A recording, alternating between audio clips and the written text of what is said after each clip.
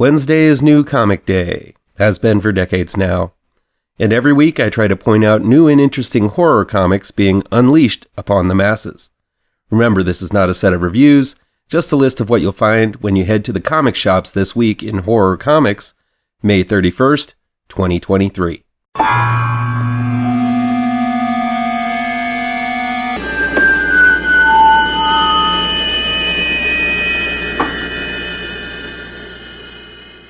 Welcome back to ML Miller Frights. I'm ML Miller. Before we begin, please do me a favor and punch that like button down below. Share this video with all of your social media addicted pals. Click subscribe to this channel and ring that bell for notifications. Let's check out This Week in Comics Horror, May 31st, 2023. Much like indie films, indie comics is where the true passion of horror lies.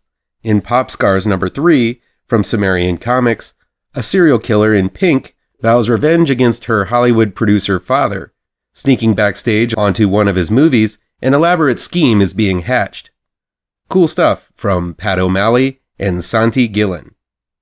Looking for zombie action? How about Zombicide, Day 1, number 4 from Source Point Press? As a group of survivors have a chance to lock themselves into a bunker, but are they willing to give up on the surface world to do so? I don't think that was covered in The Walking Dead. Another one from Source Point Press is David Sundra's Deep Dark number 3, which looks like a nightmare world if that covers any indication. I'm not sure what this is all about, and each time this book has been released, the description has been very vague, but it's been sporting some amazingly terrifying covers, so you might want to crack those covers open and check it out. Garrett Gunn, the writer of the fantastic Good Boy, which is basically John Wick reversed, where a dog goes on a non-stop revenge rampage against his owner's killer, delivers The Curse of Cleaver County, which looks to be a slasher comic. Again, the covers of these books by Kit Wallis have been amazing, and I can't wait to get my mitts on this series, as Good Boy is a surefire can't miss. Cullen Bunn continues to be the most prolific comic book writer in the biz. Most weeks you'll see at least one comic from him on the racks. This week, it's from Vault, Door to Door, Night by Night, number 6, and has a haunted car challenging others to race on the dark highway for the ownership of their souls. Per usual, you can always count on a heaping helping of ass, titties, titties, ass, and titties on the covers of some select comics. Here are a couple of comics with bodacious babes on the cover worth oogling at. I have to hand it to Brian Pullido. He's very ambitious with his World War Death crossover. Lady Death, Diabolical Harvest number 1 is chapter 16 as Lady Death takes on Lady Virtue in this issue. Lady Death has always been a cheesecake icon, and that revealing cover shows you why.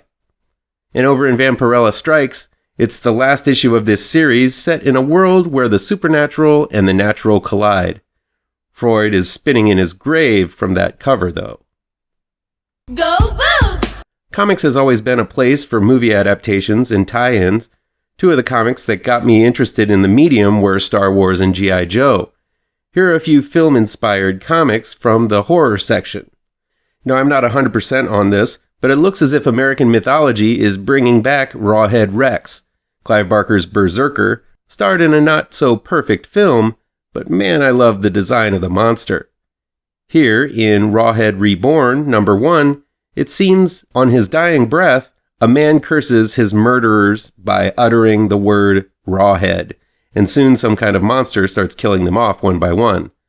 Whether this means our saber-toothed muscle man is coming back, I'm not sure, but the cover looks cool, and the interiors are done by my pal Elmer V. Cantata. I'm looking forward to cracking this mystery.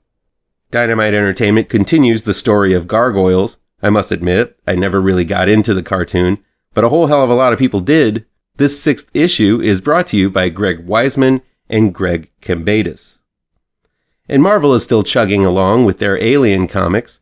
This new series is written by Declan Shalvey with art by Andrea Broccardo. I wasn't in love with the new team's take on the world of the Xenomorphs, but I'll be giving this 2nd issue a second chance. Finally, here's the book I'm looking forward to reading the most this week, James Tynion IV's World Tree number 2 from Image Comics, which introduces us to the seedy world of the Undernet, which seems to have a hypnotic hold on all who access it. While darknet stories told in the mainstream always ends up disappointing me, Tynion is unraveling this mystery world in his usual fascinating manner. Can't wait to check this one out. Well, that was almost a dozen horror comics that's going to be hitting the shelves this week. Surely there's something in there that you'll find worth reading. Let me know which ones look good to you down in the comments.